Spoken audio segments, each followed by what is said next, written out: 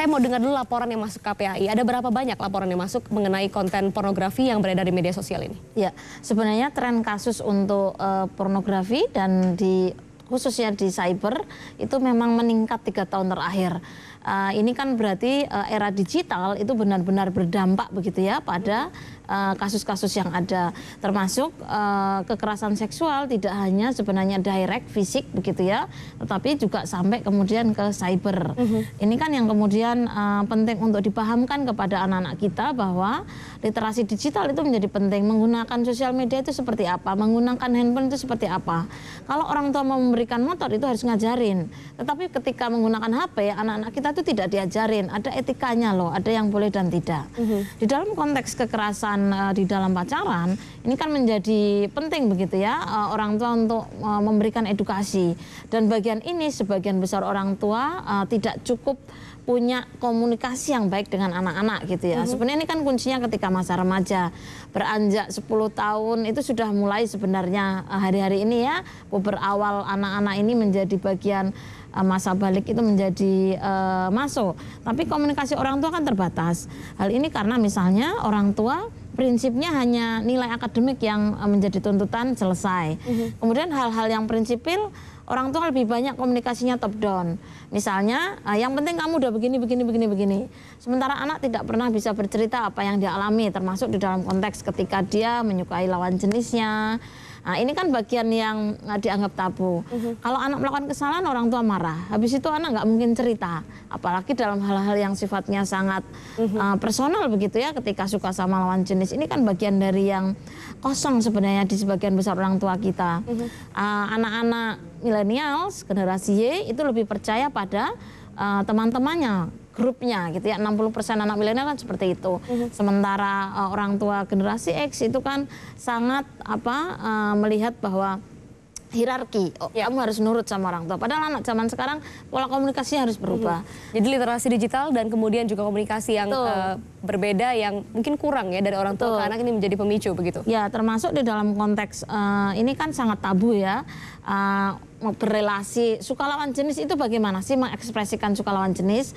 Apakah harus sampai melakukan hubungan seksual? Kemudian etika tadi ya, misalnya ketika berekspresi menyukai lawan jenis kan berarti harus menjaga hal-hal yang harus dijaga, dan itu menurut saya kalau orang tua sudah bisa bercerita siapa sih yang kamu suka, kamu ngapain aja, itu sudah lost ya. Karena itu kan sangat private dan orang nggak mau, anak-anak muda ya nggak mau diberitahukan kepada orang tua. Disitulah sebenarnya orang tua harus mengedukasi, jangan pernah membuat konten dengan jejak digital. Begitu handphonemu hilang, begitu kamu upload, itu semua bisa terrekod dan dampaknya sangat panjang. Itu kan juga bagian kekerasan yang jadi ada akibat-akibat yang harus harus berpikir panjang. Informasinya pada anak-anak. Betul, tidak selalu misalnya dengan pasangan gitu ya, sendiri saja itu kan tidak boleh. Kan kadang-kadang ada yang merekam sendiri begitu ya. Itu kan sebenarnya hal-hal yang penting untuk diterangkan kepada anak-anak kita. Jadi di era digital ini angkanya meningkat begitu ya, laporan ke KPAI. Terakhir itu meningkat. Jadi kan memang tren ini memang benar-benar ada gitu, karena semua orang menggunakan sosial media. Anak zaman now yang usianya belum boleh pun kadang sudah memakai begitu ya. Dan penipuan berbasis kekerasan seksual di sosial media itu tinggi, misalnya di Instagram. Jadi anak suruh bikin video, suruh memoto bagian vital ya dengan kondisi terbuka, itu sebenarnya lumayan. Meningkat. Saya ke Mbak Monik lagi, dari sisi psikologis begitu, apa yang menyebabkan banyak remaja ini mudah terbujuk rayu atau mudah mengekspresikan dirinya dengan arah-arah konten pornografi yang kemudian akhirnya mereka juga ingin menyebarkan atau mungkin terbujuk untuk bisa menyebarkan melalui sosial media? Sebenarnya gini, kunci utamanya adalah rasa cinta terhadap dirinya sendiri dulu. Jadi memang kita perlu menumbuhkan konsep tersebut dari dia baru lahir. Bahkan dari sejak dalam kandungan pun kita harus menumbuhkan bahwa anak yang dikandung ini berharga loh. Sehingga si anak ketika lahir, dia juga, kita terus menanamkan bahwa kamu berharga, kamu berharga, kamu berharga. Jadi rasa bangga terhadap dirinya, rasa cinta terhadap dirinya, kepercayaan dirinya, itu bertumbuh dengan baik. Sehingga ketika nanti dia punya pacar, dia tahu bahwa dia harus menjaga dirinya sebaik mungkin sebagai individu yang berharga. Individu yang patut dicintai dengan sebaik-baiknya, bukan hanya sekadar kalau kamu melakukan hubungan seks artinya kamu sayang sama saya atau saya sayang sama kamu, bukan itu. Jadi itu kepercayaan dirinya dulu gitu, rasa bahwa dia memang berharga. Kaitan dengan literasi digital yang tadi disinggung oleh Mbak Rita, bagaimana kemudian era seperti ini, kemudian smartphone atau juga gadget itu banyak yang bisa digunakan untuk membuat konten-konten ini, apa pemahaman yang sebenarnya kurang di sini sehingga kemudian mereka bisa membuat konten pornografi? Ya, karena dengan adanya globalisasi ini yang tadi Ibu Rita bilang itu memang benar gitu. Orang anak naik motor itu kita ajarin naik motor. Tapi kadang-kadang kita memberikan handphone, kita sekedar memberikan tanpa mengawasi, tanpa mendampingi, tanpa si anak tahu sebenarnya cara menggunakan media sosial yang bijak itu seperti apa. Bahwa di media sosial itu ada hal-hal yang tidak boleh kamu sebarkan, tidak boleh kamu upload gitu. Termasuk bagaimana dia menjaga tubuhnya sendiri, bagaimana dia menjaga bahwa hal-hal yang diupload itu seharusnya adalah hal-hal yang menimbulkan kebaikan dan bermanfaat bagi orang lain, bukan justru menimbulkan kerugian. Ada batasan-batasan begitu. Betul. Ya. Saya kembali lagi ke Mbak Rita. Dari laporan yang masuk ke KPAI yang mungkin sebagian besar tadi sempat dikatakan orang tua begitu yang melaporkan. Apa yang kemudian dibicarakan begitu? Orang tuanya kah mengetahui dulu setelah ada kasus, kemudian atau anak yang kemudian bisa secara aktif mengakui kemudian melaporkan karena merasa dirugikan. Seperti apa laporan-laporan yang masuk ini? Lebih banyak karena orang tua baru menyadari kalau ternyata ini kasus. Kadang-kadang anak kan tidak tahu juga kalau pada usia yang di bawah 12 tahun, oh ternyata itu kekerasan. Pada kasus ini sebenarnya kan dia sudah mengalami kekerasan. Tetapi begitu ini booming di-share ke WhatsApp, baru kemudian dia merasa bahwa itu adalah dia korban. Padahal sebenarnya kan dia sudah menjadi korban terlebih dahulu. Kesadaran ini yang menurut saya tidak dimiliki oleh anak-anak kita gitu ya. Ini juga tidak hanya anak perempuan, anak laki-laki juga sama gitu ya. Misalnya jangan pernah mau diminta untuk diambil gambarnya atau divideokan ketika tidak berpakaian lengkap gitu ya pada bagian ban vital. Itu jangan pernah mau, karena kan kalau dalam kasus ini kesadarannya itu setelah kasus. Padahal kan sebenarnya dia sudah menjadi korban. Nah, ini yang menurut saya penting untuk diajarkan kepada anak-anak kita. Ini di sini menurut saya peran orang tua itu menjadi sangat penting karena proses pengawasannya agak terlambat begitu. Termasuk memberitahu juga kepada anaknya bahwa kamu bisa menjadi korban kejahatan seksual begini atau kekerasan seksual dalam artian jika dimintai foto atau juga minta berperilaku seperti ini begitu ya. Betul, itu terlambat. Jadi misalnya sudah sadar, oh ternyata kok di dalam Instagram anak saya kok ada kiriman video yang dia mandi begitu. Itu sudah sekian lama setelah anaknya juga berubah agak pemalu, pendiam dan seterusnya. Itu kan artinya ada sumbatan komunikasi antara anak dengan orang tua. Orang tua hari ini anak-anak kita canggih sekali ya, tanpa diajarin tadi sudah bisa menggunakan sosial media. Tetapi norma dan etika itu orang tua harus masuk dan melakukan pengawasan yang sesuai dengan situasi anak muda. Jadi misalnya ya bertemanlah, terus ngobrol-ngobrol santai. Nggak selalu yang, karena orang tua kan menekan akademiknya harus bagus. Jadi kan kalau top down ini sudah mengerikan duluan ya. Padahal yang sebenarnya kehidupan sosial anak yang sebenarnya lebih rigid, orang tua sebenarnya penting untuk masuk. Gimana sih kamu lagi suka sama siapa gitu. Kalau anak sudah mulai terbuka pada hal seperti itu, kita enak masuk. Bisa mengawasi begitu ya? Ya, lebih enak masuknya. Gimana sih ekspresi seneng tuh gitu. Itu kan bagian yang kita bisa melakukan pengawasan dengan lebih baik. Bisa memberikan juga arahan apa yang boleh dan apa yang sebenarnya tidak boleh dilakukan begitu berhubungan dengan dirinya dan juga bagaimana paparan terhadap media sosial. Mbak Monik, ini menarik juga jika dikatakan tadi kebanyakan orang tua dan anak ini memiliki sumbatan komunikasi. Apa yang dapat membuat hal yang mungkin sebagian besar orang mengatakan tabu, yaitu hubungan dengan lawan jenis ini bisa menjadi komunikasi yang lancar lagi? Tentu bisa. Gini, orang tua harus menempatkan diri bahwa memang dia adalah figur otoritas, dia adalah memang orang tua. Tapi ingat juga bahwa orang tua ini adalah teman pertamanya si anak. Jadi ketika si anak ingin bercerita, alangkah baiknya orang tua ini hadir. Karena orang tua tidak mungkin menyesatkan, orang tua pasti memberikan arahan-arahan yang terbaik untuk si anak. Gitu.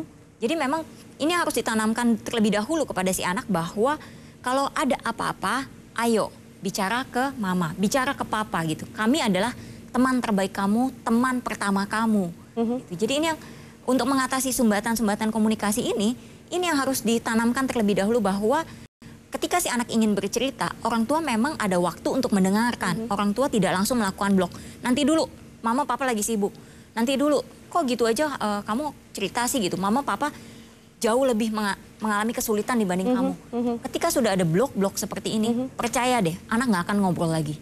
Jadi jangan kemudian membatasi begitu ketika anak ingin bercerita hal-hal yang sederhana, karena ini bisa kemudian menghambat komunikasi orang tua dan anak. Mbak Rita, dalam kasus ini memang sebagian besar perempuan yang menjadi korban, dalam artian mereka yang meskipun dikatakan suka sama suka ataupun dengan sukarela begitu, tapi adalah objek dalam hal ini dalam konten pornografi. Ya. Nah, apa pendampingan yang diberikan, terutama oleh KPAI setelah kemudian ada korban yang melapor dan kemudian anak ini kemudian sadar begitu apa yang telah menimpanya menjadi korban dan lain sebagainya? Ya, kalau korban tentu kita ada proses rehabilitasi yang harus dijalani begitu ya. Dan jangan lupa bahwa rehabilitasi itu kadang ada yang pendek, ada yang panjang.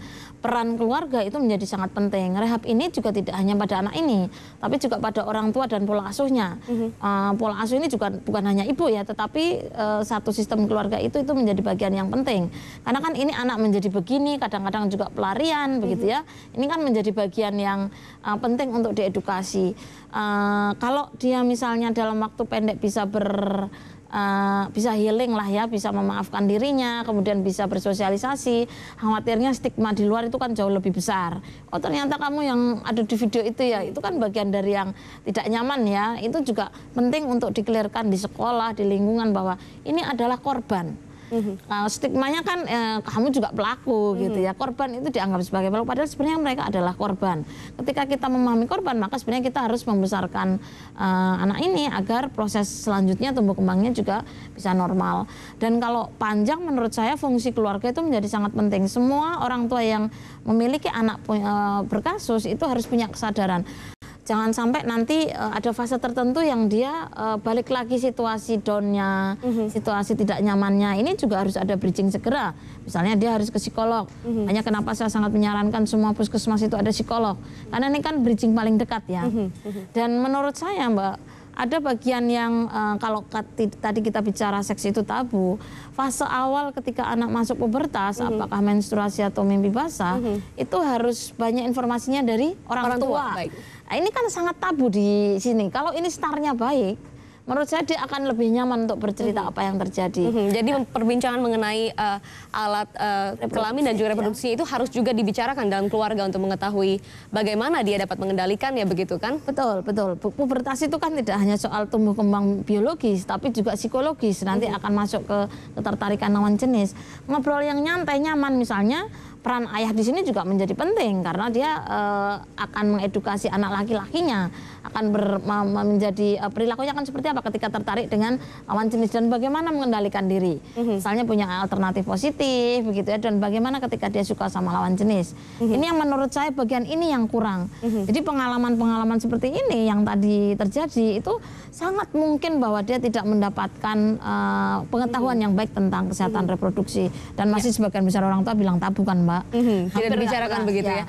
Baik, kita masih akan melanjutkan perbincangan ini usai jeda, namun kami juga mengajak Anda saudara untuk bisa berpartisipasi dalam perbincangan pagi hari ini di line telepon interaktif kami di 02153660500. Kami kembali usai jeda.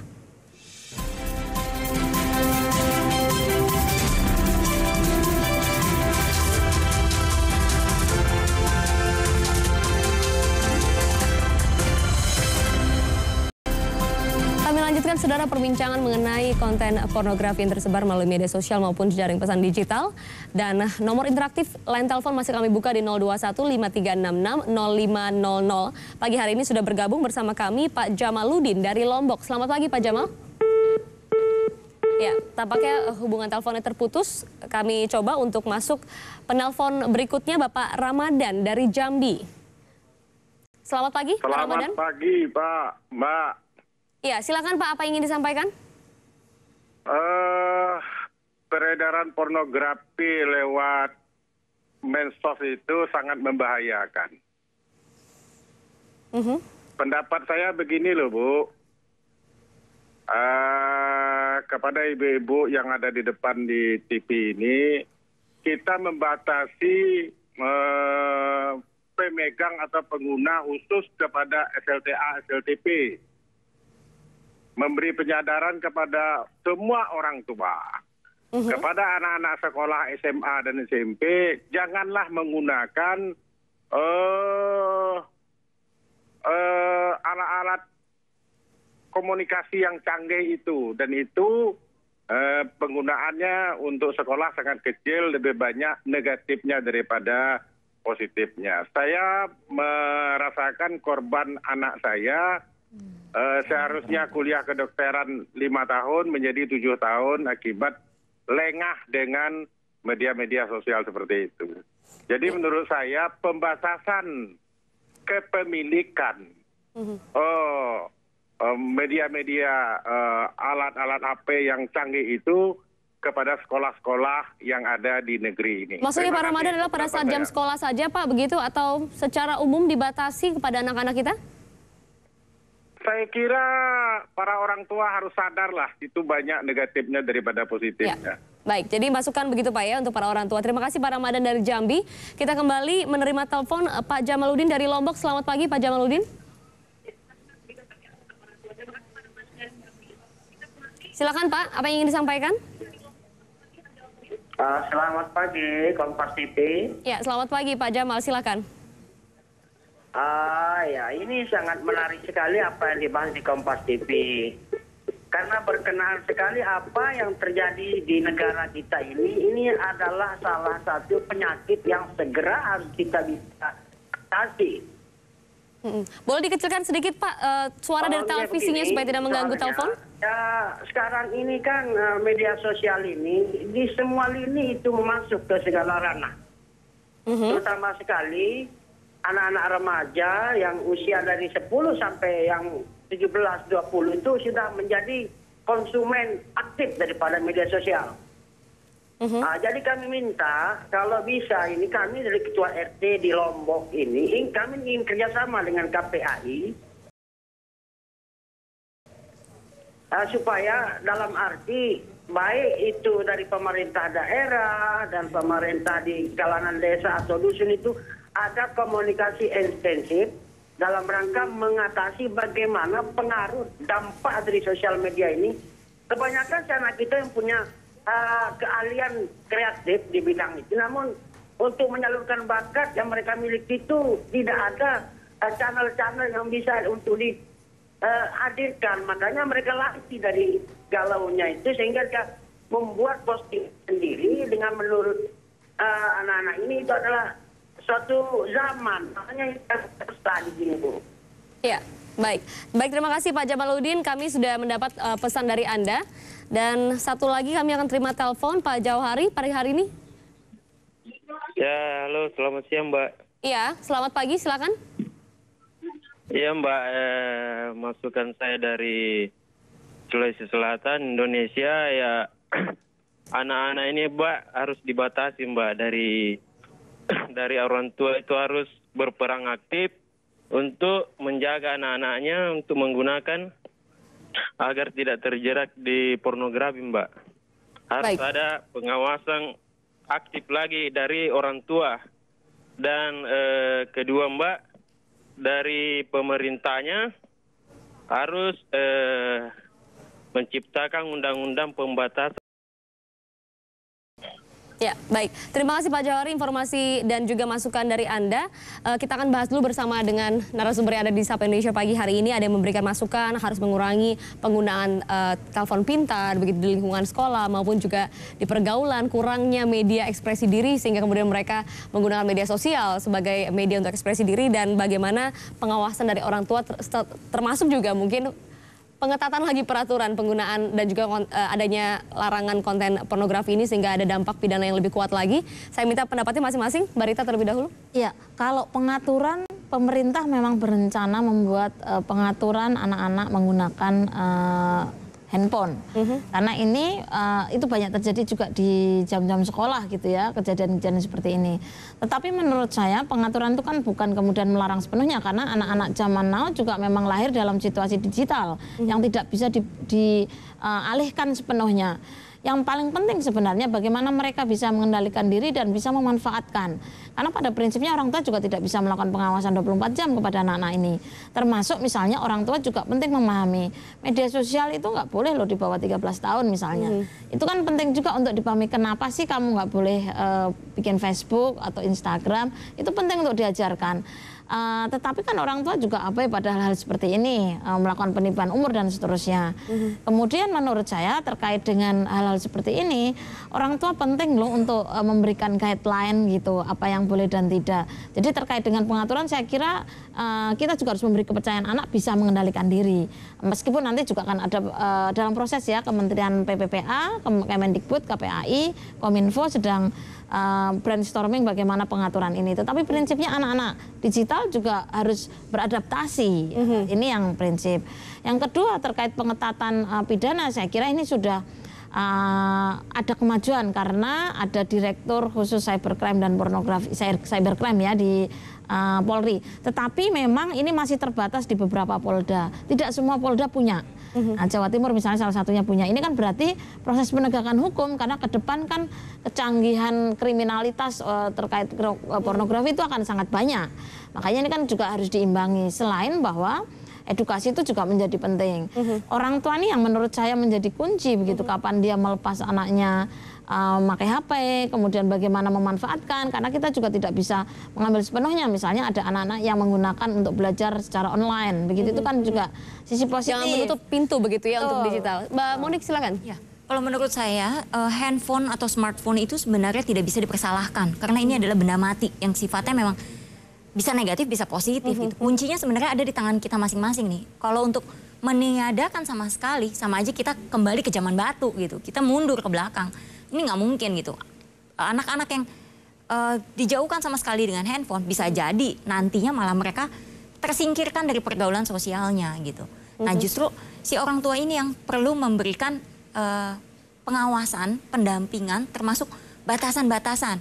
Misalnya disesuaikan dengan kebutuhan si anak. Misalnya nih, anak SD, apakah sudah butuh handphone yang sangat canggih, yang sudah... Atau hanya bisa dapat sekedar menghubungi orang tuanya begitu ya? Sebenarnya tujuan orang tua memberikan handphone itu apa? Apakah hanya untuk, supaya anak saya nanti gampang menghubungi saya, gampang kalau dia pergi dengan teman-temannya, saya bisa cek dia ada di mana. Oke, kalau gitu berikan handphone yang memang batasannya hanya untuk telepon, untuk SMS, untuk foto pun ya sekedarnya gitu.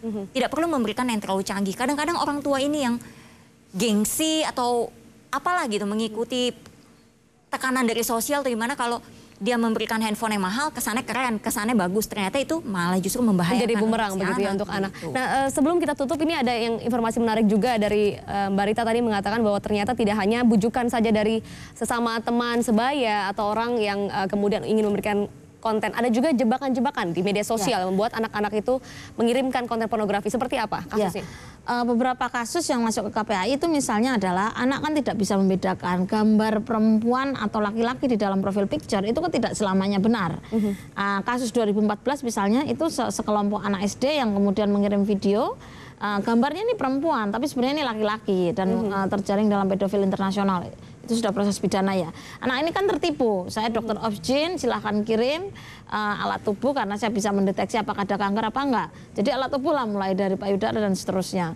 Kemudian yang lain, anak-anak itu kan tidak teliti. Misalnya gambarnya adalah bu gurunya, seolah-olah itu adalah benar bu gurunya, padahal kadang-kadang ada nama yang berbeda. Misalnya nama saya Rita, itu RI.TA misalnya. Anak-anak kan tidak terlalu detail pada hal seperti itu. Kemudian ini ada pemeriksaan kesehatan, tolong kirim fotomu. Ini ternyata terjadi pada anak-anak SD, jadi sangat early. Berarti anak-anak ini kan punya akun Instagram di usia yang sangat belia.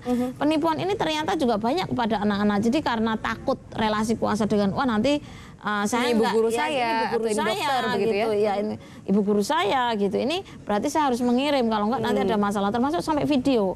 Kasus-kasus ini sedang diproses di Mabes ya, di cybercrime. Tentu orang tua harus penting mengajarkan. Yang kedua menurut saya, berteman itu jangan hanya dengan sosial media gitu. Berteman nyata itu juga penting untuk terapkan anak-anak kita. Ini menjadi pesan bagi semua ya. Jadi tidak hanya berteman yang kemudian di jejaring sosial saja, tapi langsung pertemanan itu di dunia nyata. Termasuk pengawasan dari orang tua agar tidak mudah tertipu dan pengawasan penggunaan sosial media untuk anak-anak pada usianya. Terima kasih Mbak Rita, terima kasih Mbak Monik sudah bergabung pagi hari ini dalam perbincangan kita.